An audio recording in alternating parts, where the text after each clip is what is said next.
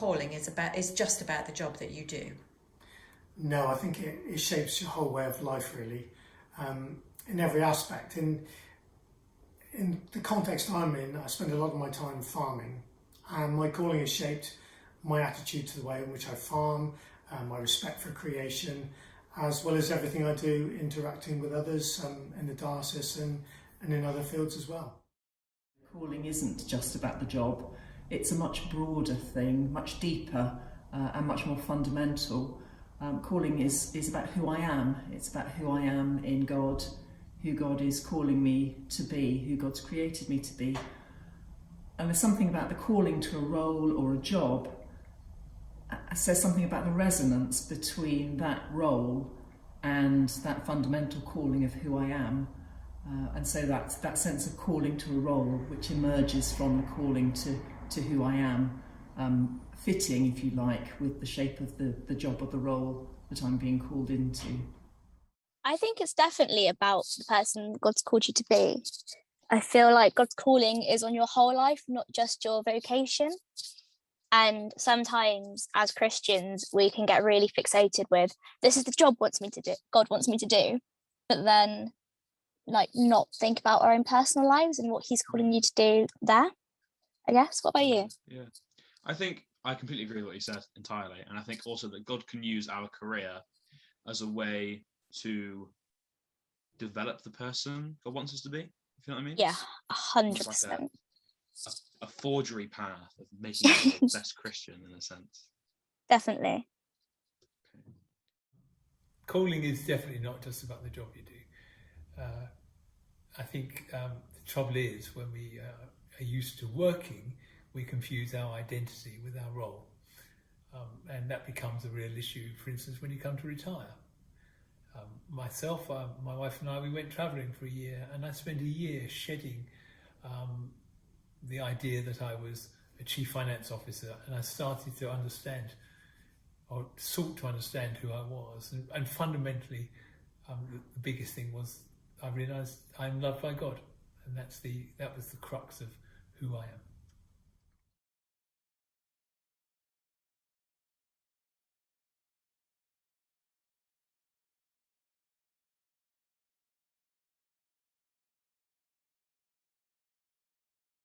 And how have you coped or managed when you haven't been able to be the person you imagined yourself to be, or the person you had been used to being?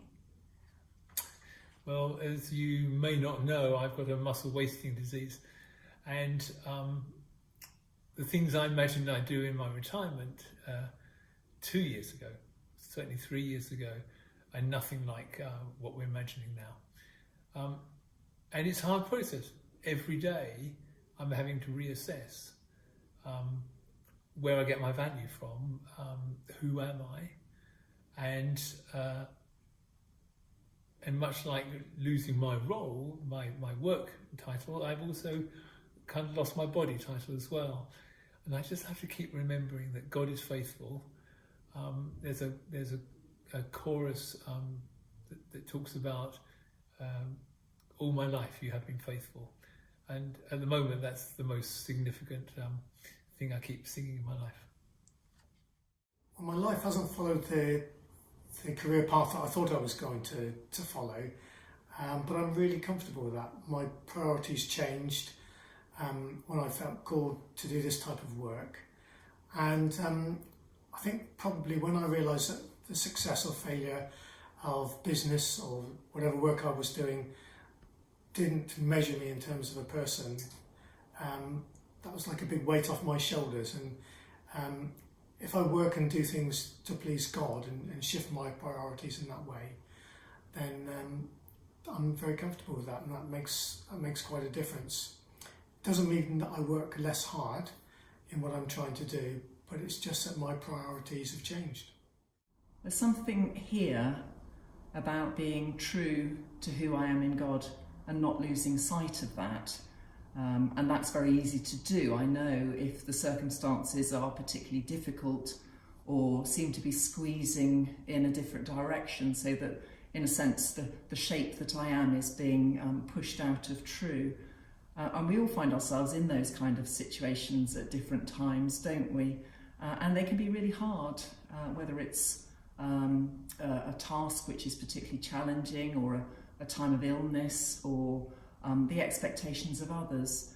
But it's about staying true to who I am in God, and finding ways to do that, whether it's through prayer or reading of the scriptures, or perhaps conversation with another person, to recognise that who I am, the calling to who I am, isn't challenged or affected by what's going on externally.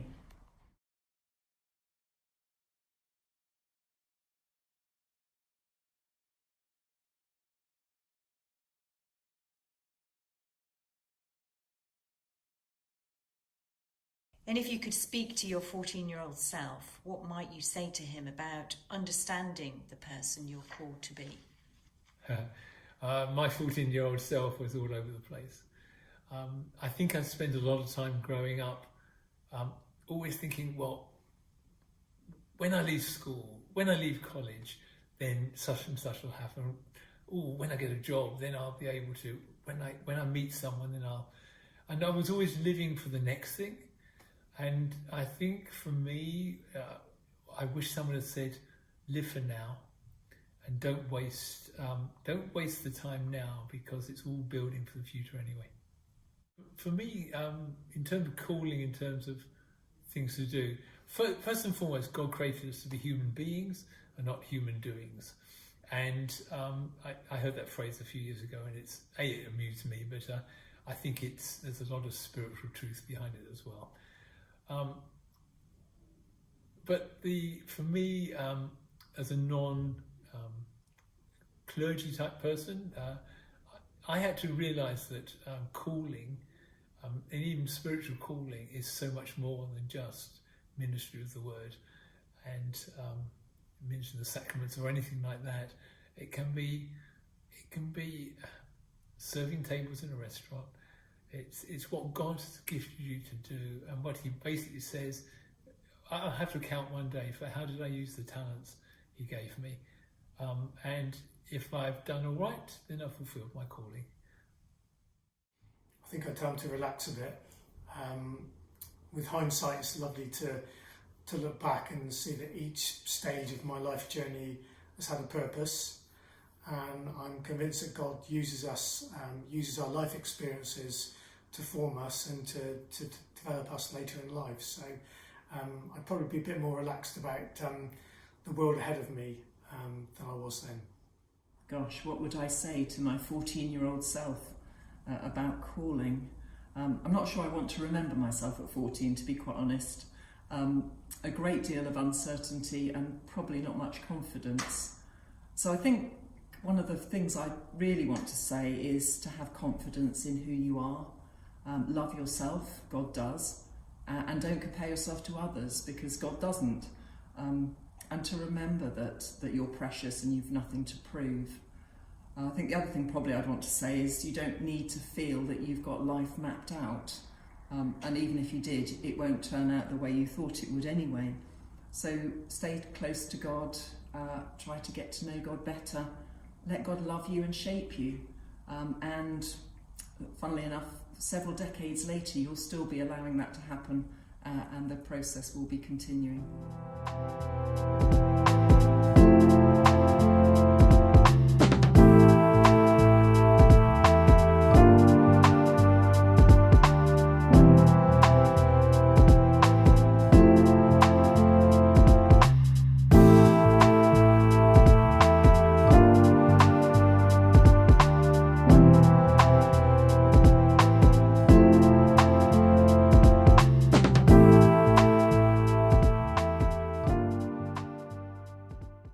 God calls everyone everywhere.